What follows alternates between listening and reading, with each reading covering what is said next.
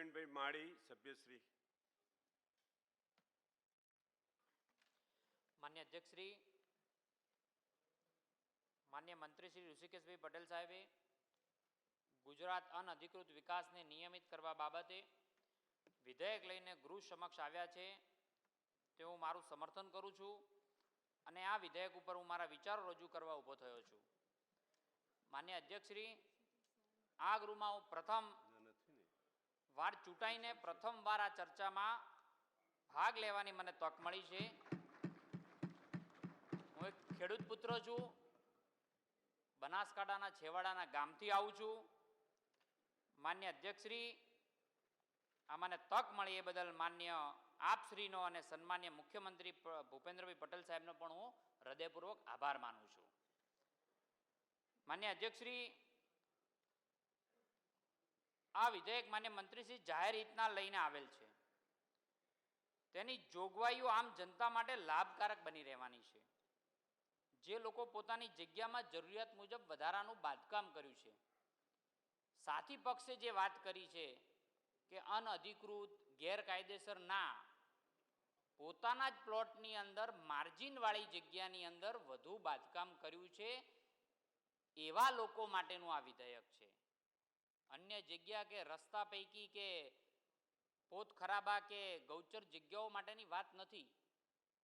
એટલે આ સરકાર જે આ બાંધકામને નિયમિત કરવા માટેની જે આ વિધેયક દ્વારા જે તક મળશે, હું રાજ્ય સરકારને આ વિધેયક માટે સમર્થન આપું છું।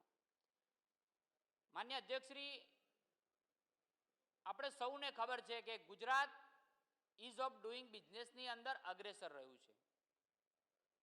હમણાં થોડા મહિના પહેલા જ્યારે ઇઝ ઓફ ડુઈંગ બિઝનેસની અંદર આખા દેશની અંદર ગુજરાતનો ત્રીજા ક્રમે નંબર આવ્યો ને ત્યારે આપણા સૌની છાતી ગદગદ ફૂલી હતી કે આપણા ત્યાં વિનેશ કરવા માટે લોકો વેપાર ધંધો કરવા માટે અહીં આવી રહ્યા છે અને ત્યારે કૂદકે અને ભૂસકે જેવી રીતે શહેરીકરણ થઈ રહ્યું છે।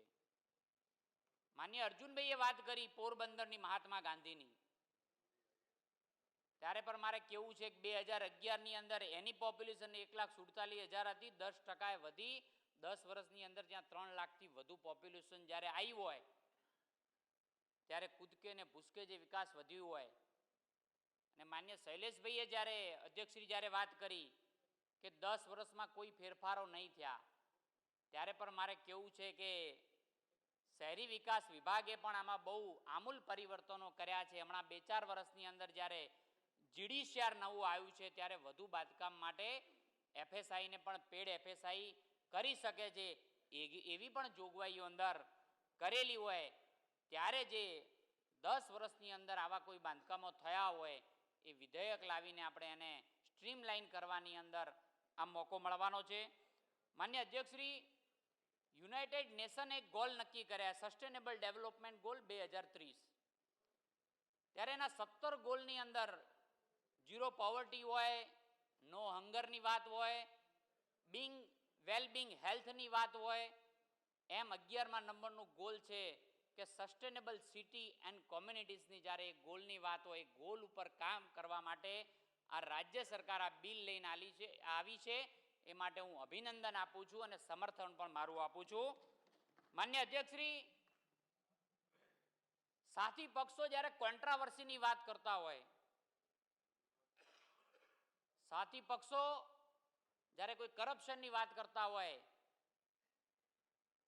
ત્યારે આ સરકાર રાજ્ય સરકાર અમે કોઈ કોન્ટ્રાવર્સીમાં નથી ઈચ્છતા પણ અમે નવી પોસિબિલિટી ક્રિએટ કરવાની અંદર ઈચ્છીએ છીએ। માનનીય અધ્યક્ષશ્રી, રાજ્ય સરકાર આજે જે જન્મે છે બાળક અને 20 વર્ષ પછી જ્યારે મોટો થાય ને તો એ કોઈ સુવિધાથી વંચિત ના રહી જાય ને એનું પણ વિચારે છે, એના માટે પણ આ બિલને હું સમર્થન આપું છું। માન્ય અધ્યક્ષશ્રી, 4th ઇન્ડસ્ટ્રીયલ રિવોલ્યુશન આવવાનું છે, દેશ અને દુનિયાએ ક્યાંય પહોંચવાની છે, એમાં આપણું ગુજરાત પણ પાછળ ના રહે ને એ માટે પણ આ રાજ્ય સરકાર જે વિચારેલી છે એ માટે પણ હું આ બિલને સમર્થન આપું છું।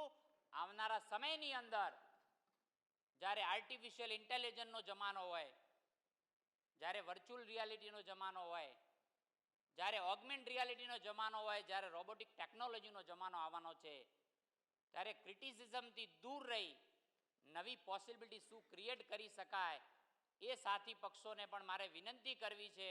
અને બીજી વિનંતી કરવી છે કે આ વિધેયકની અંદર જ્યારે આપની વિસ્તારની અંદર જે સૌ કોઈ લાભ લે એ કહેવા માટે પણ વિનંતી કરી કે આ વિધેયકનો હું સમર્થન પણ કરું છું અને આપશ્રી આપના વિસ્તારની અંદર આ વિધેયકનો લાભ લે એ હું વિનંતી પણ કરું છું. માન્ય અધ્યક્ષશ્રી,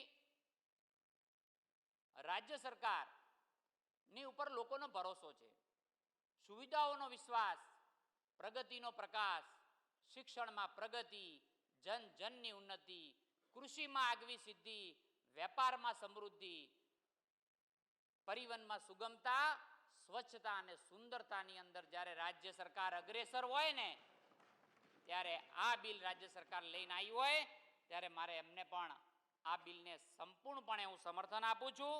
અને ફરી એકવાર ડબલ એન્જિનની સરકારને ગુજરાત અધિનિયમ અધિકૃત અનઅધિકૃત વિકાસને નિયમિત કરવા દિલથી આભાર વ્યક્ત કરું છું. જય જય ગરવી ગુજરાત, જય જય ગરવી ગુજરાત.